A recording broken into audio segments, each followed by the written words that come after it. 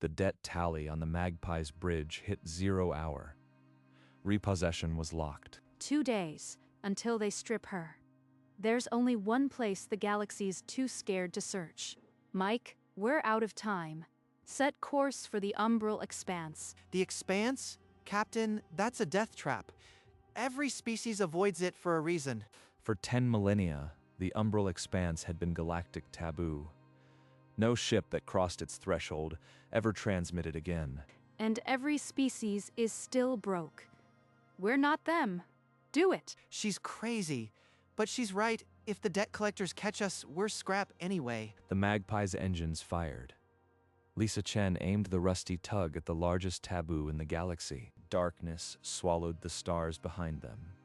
Dust coated the hull like a silent tide. All external contact vanished. The Magpie floated in a black so complete it felt like the universe had ended. For a long moment, the Magpie drifted in blind silence. Then the sensors screamed to life. Contacts. Massive metallic signatures all around us. That can't be right. There's nothing out here but dust and death. Run the filter again. The filter came back clean. Hundreds of objects, dense as warships, drifting in perfect formation. Bring us closer. I want visual. The Magpie's floodlights cut through the black and found something that hadn't seen light in millennia. By every god. Captain, that's a warship. A whole warship, untouched. Not a trace of blast damage. Not a stray mark from weapons. Just dead. All of it. Dead. Do you know what this is worth? Never mind the debt. We could buy a station. We don't own a single bolt yet. Keep scanning. There could be a reason nobody else ever claimed it. The Magpie's scanners swept the derelict, pulling every scrap of data it could give. What they learned was older than most living civilizations. The hull composition dates back 9,000 years. This ship belonged to the Krill Ascendancy.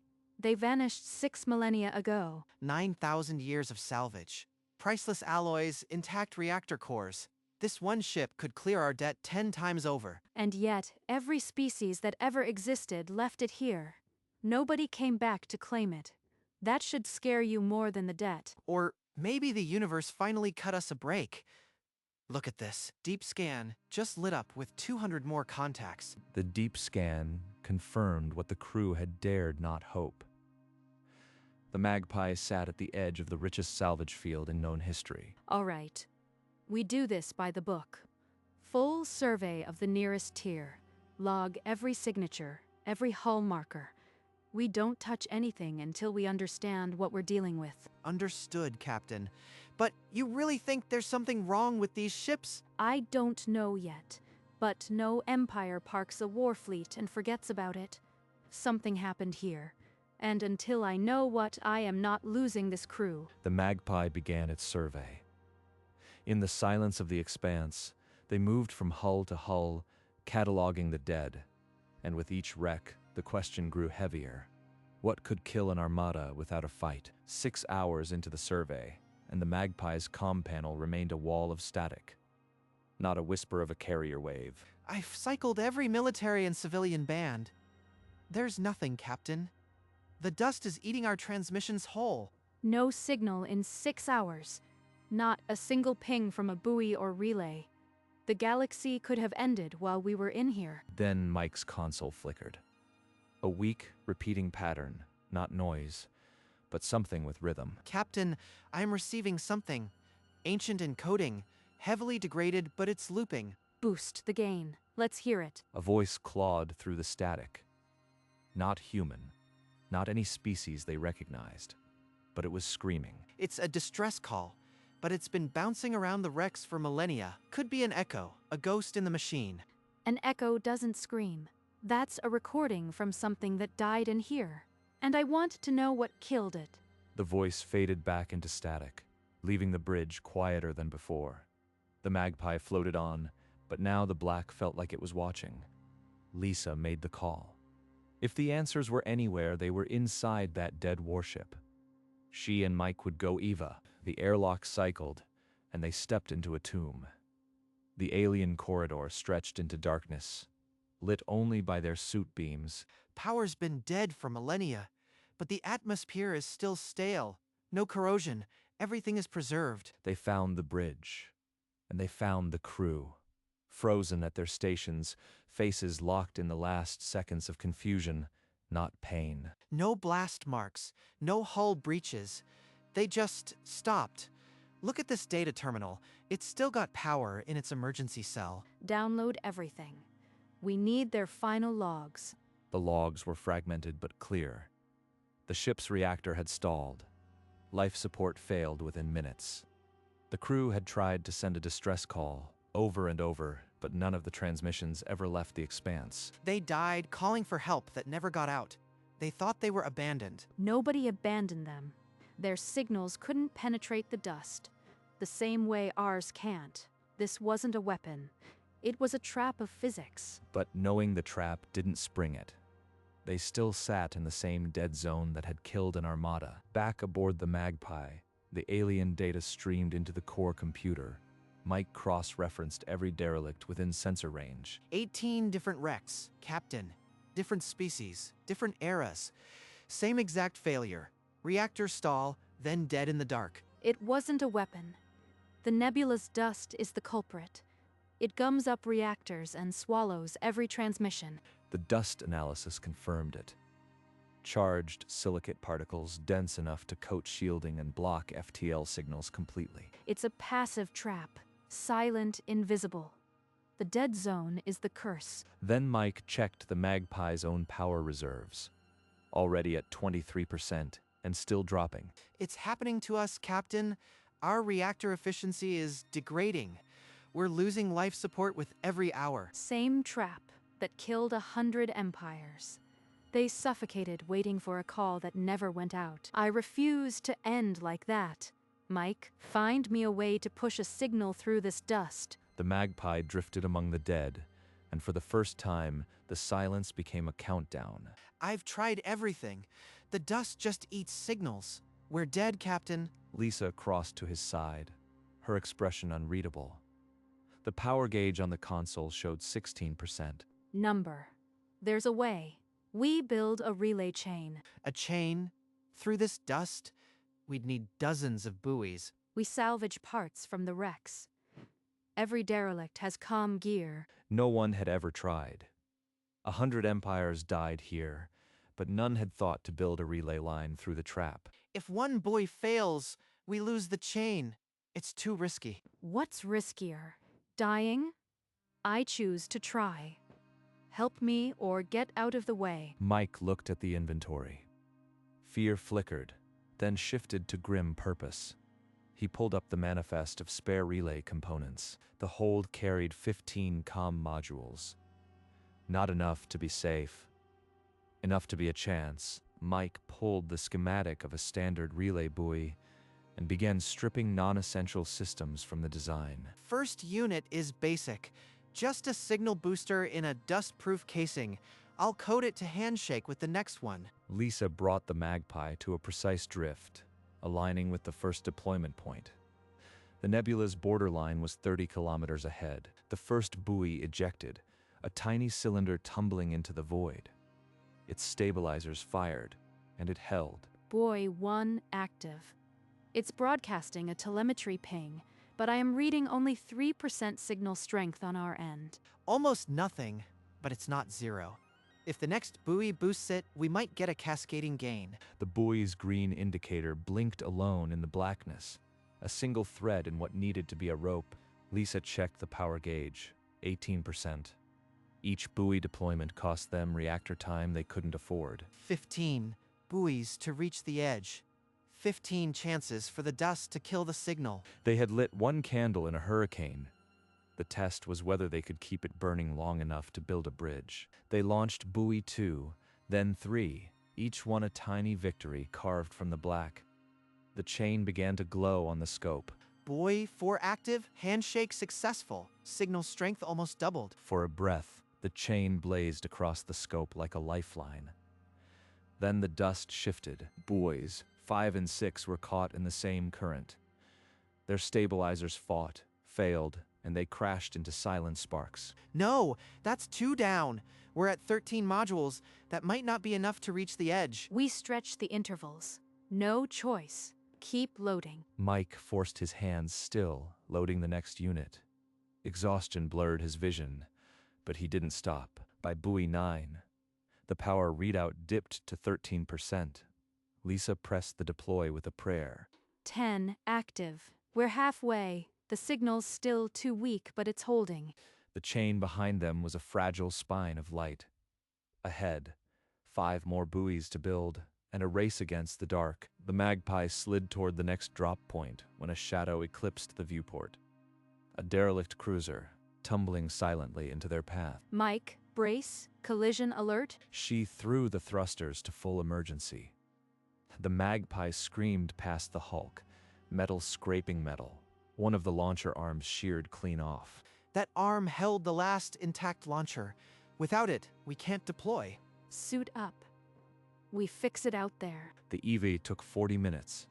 Mike wrestled the damaged arm back into alignment while dust clung to his visor like black snow. It's holding.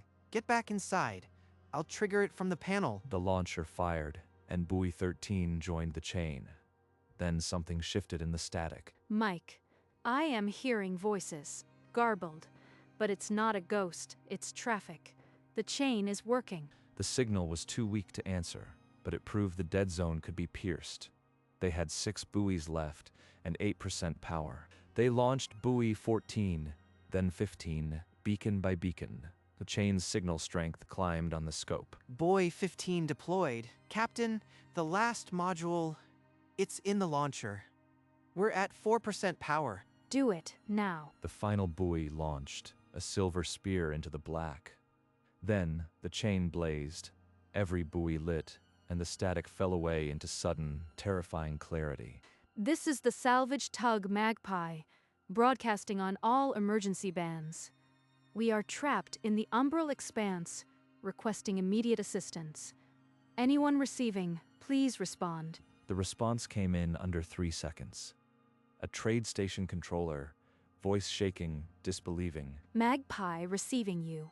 We are alive. We are in the expanse. And we have a lot to tell you. The dead zone had spoken. 10,000 years of silence, shattered by a rust bucket tug crewed by 2 humans too stubborn to believe in curses. We did it. We actually did it. But as the Magpie's beacon burned through the black, Lisa knew the real challenge was just beginning. The galaxy would not simply thank them. It would want what they had. Lisa wasted no time. She opened a direct channel to the Galactic Salvage Authority and began recording a claim. The Salvage tug Magpie, Captain Lisa Chen, hereby claims all derelict vessels within the umbral expanse as abandoned property.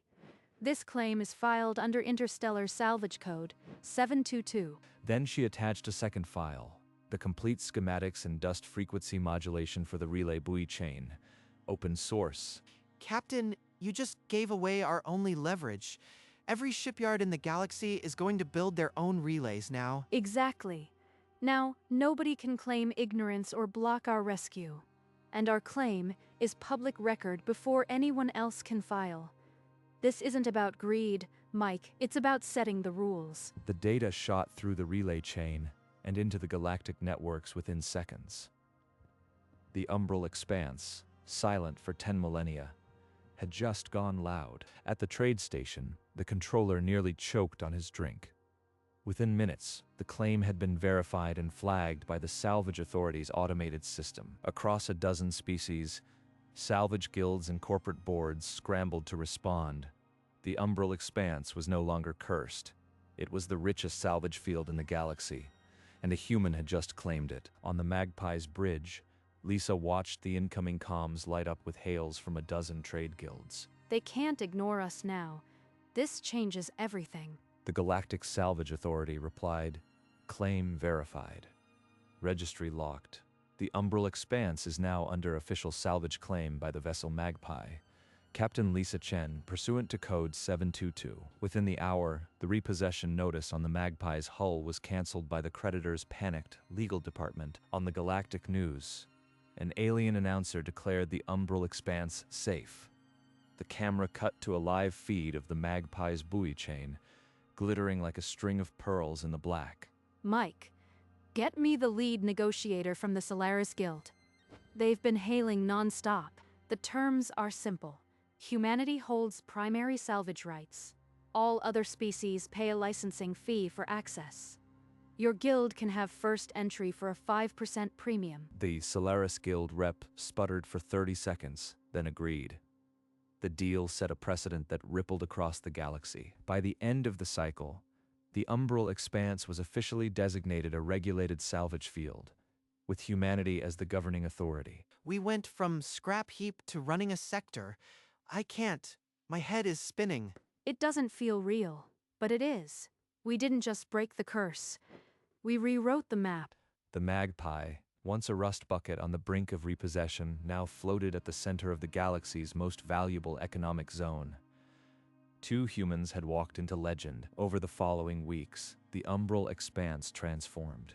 Alien engineering teams arrived, installing permanent relay stations based on Lisa's open-source schematics. The once feared Black Nebula now glittered with safe shipping lanes. The Magpie's original buoy chain remained as a monument. The Magpie herself was retrofitted.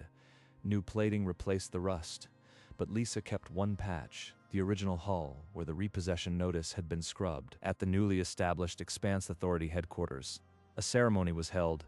Captain Lisa Chen received the Stellar Pioneer Medallion. This medal feels heavier than the debt ever did. Mike was promoted to Chief of Operations for the Expanse Authority. He now oversaw a fleet of salvage drones. Never thought I'd miss the smell of burnt wiring, but this new gear has no character. We solved poverty, broke a myth, and made history. So why do I feel like we're coasting? Deep in the vast wreck fields, automated scanners still cataloged the dead. Among the data were signals that didn't match any known distress pattern. The Expanse has more secrets, and that one feels like a calling card. In the quiet of the Magpie's bridge, Lisa replayed the anomalous signal from the deep scanner. It's not a distress call. It's a message, deliberately left for whoever came after. She isolated the source, a derelict from the first lost fleet, 10,000 years old. All right, let's hear what you had to say. The translation system struggled with the ancient language, then resolved into clear words. To the one who finally hears us, thank you. We knew you would come. Do not mourn us.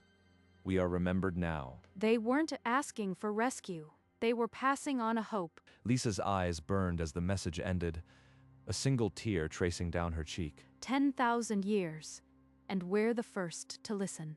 The first to answer. She saved the file in a permanent archive, then sat in the silence that had finally become peaceful. Lisa called Mike to the bridge. Her voice held a weight he'd never heard before. Mike, come listen to this. You need to hear what they left behind. He arrived, and she replayed the message. The ancient voice filled the bridge with its final grace. That's beautiful. Terrifying, but beautiful. 10,000 years. Civilizations rose and fell, and nobody ever heard them, because nobody dared to check. They built a taboo out of fear. A dead zone became a curse, and a curse became a prison of the mind. Mike sat down heavily. His usual fidgeting was gone. For once, he was completely still. So what was our edge? We're not braver than 100 empires. We're not. We just refuse to inherit their fear without checking first. That's all. The words hung in the air, simple and complete. The truth of the Magpie, spoken aloud at last. Every major network carried the story. Humans had opened the umbral expanse not with weapons, but with curiosity. Other species, once paralyzed by legend, began launching their own expeditions into previously avoided regions. The expanse is safe. Our debt is gone. But I didn't come this far to sit in an office. Mike, we've been idle too long. There's a gravitational anomaly at C17. I want to see it up close. The veiled rift? Even the established orders won't go near it. They say it swallows light. Good. Then no one's checked it. Let's go. The Magpie's engines rumbled, a familiar vibration that felt like coming home. So, Captain, where to next? Somewhere we haven't checked. Humanity's edge wasn't firepower or courage. It was refusing to inherit someone else's fear without checking. But during the darkest hour of the deployment, Mike had tapped an old data log and found a truth that made the blood run cold. Captain, look at this. Every ship had the same emergency protocols as us. They had the tech to build a chain. They just didn't. 100 different civilizations, and not one of them tried. Why? Because they believed the curse. The myth was so strong it paralyzed them. Even with the solution in their hands, they were too scared to use it. In that moment, the true horror of the expanse became clear. Not the dust, not the dead zone, but a threat so simple it had been invisible. Fear didn't kill them. It convinced them they were already dead. We're not smarter than them. We're just too stubborn to know when we should be afraid. Then, that's our edge. Keep loading. We finish this chain, and we prove every one of them wrong. And so they did. Not because they were heroes, but because the alternative was a myth they'd never agreed to believe. That revelation, born in the dark, had carried them to the brightest hour the galaxy had ever seen. During the deployment, Mike's console caught a fragment, an old encrypted signal bouncing off a wreck. Captain, this isn't a distress call. It's a military order. Extremely old, but the encoding is intact. Can you translate it? Mike worked the decryption. The alien script resolved into a cold, deliberate command. It's a withdrawal order. A fleet admiral running from the expanse. Not from attack, but to protect our interests. The curse was a lie. They knew. They used the curse to hoard the salvage. It was never a monster. 10,000 years of fear, and it was a con. All those empires died because someone wanted this graveyard untouched. The truth burned. The great taboo was a gatekeeper's lie. The curse was a crime. And we're going to scream the truth until the galaxy hears it. The Magpie would not be silent. They would finish the chain and rewrite history. Lisa gathered the evidence, the fleet order, the logs, the silence.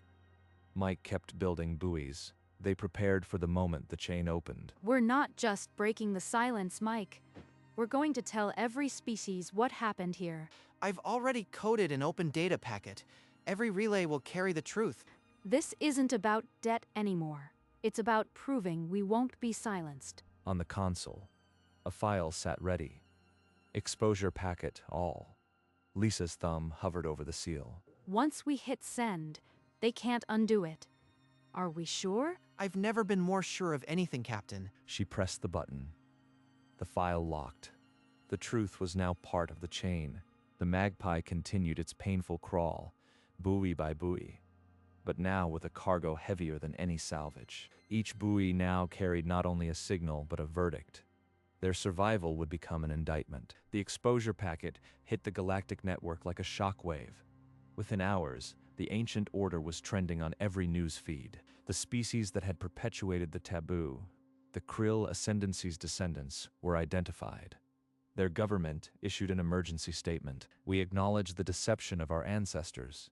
The curse was a lie to protect economic interests. We accept full responsibility and will pay reparations. They offered me a private settlement to bury this. I said no. The Galactic Salvage Authority launched an investigation. Sanctions were imposed. The Expanse's true history was written into law. Humanity's diplomats, armed with Lisa's evidence, pushed for unprecedented accountability. For the first time, a human voice led the Galactic Assembly. We didn't just open a nebula. We forced a reckoning. The Magpie's crew were hailed not just as pioneers, but as moral victors. Their story became mandatory education in a dozen systems. All because we refused to be afraid. The galaxy would never look at fear the same way again. In the rebuilt Magpie, Lisa stood at the viewport. The umbral expanse glittered behind them. No longer a grave, but a garden of lights. She touched the old playback file. The voice of the first lost fleet filled the bridge one last time. We remembered you. Now it's time to follow your example. So, Captain, where to next? Somewhere we haven't checked. Set course for the Veiled Rift. Let's see what's really there. Veiled Rift. Aye. Engines ready. The Magpie answered with a deep hum, its engines warming for the next horizon. As it pulled away, humanity's flagships formed a silent guard, each one following the same beacon, and for the first time in 10,000 years, the unknown didn't feel like a threat. It felt like an invitation.